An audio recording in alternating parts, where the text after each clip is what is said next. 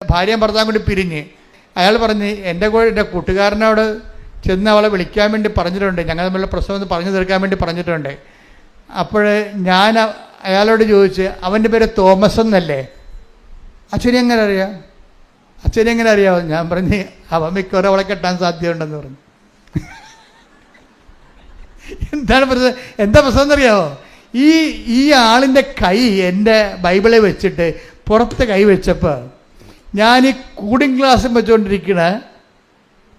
വെച്ച ഒരു തോമസ് സാറിനെ കണ്ട്. ദർശനത്തിൽ കൂളിംഗ് ഗ്ലാസ് മര്യാദയ്ക്ക് വെറുതെ ഇരിക്കുന്ന സമയത്ത് കൂളിംഗ് ഗ്ലാസ് വെച്ച് നടക്കുമ്പോൾ അവൻ എന്തോ ഒരു ജാടയുണ്ടെന്ന് എൻ്റെ അർത്ഥം. ഈ ആള് ഭാര്യയെടുത്ത് കോംപ്രമൈസ് വിട്ട ആളിൻ്റെ പേര് തോമസ് ആണെന്ന് എനിക്കറിയത്തില്ല.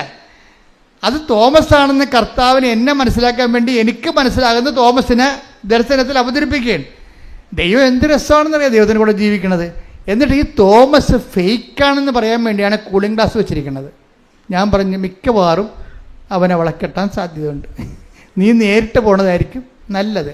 ഇതാണ് ദർശനത്തിൻ്റെ പ്രത്യേകത. അഥവാ നമ്മുടെ മധ്യസ്ഥനെ വെക്കണമെന്നുണ്ടെങ്കിൽ അത് കർത്താവിൻ്റെ വിശുദ്ധിയുള്ള ആളും പരിശുദ്ധാത്മാവ് തന്നെ പ്രവർത്തിക്കുമെന്ന് നമുക്ക് ഉറപ്പുള്ള ആളായിരിക്കണം.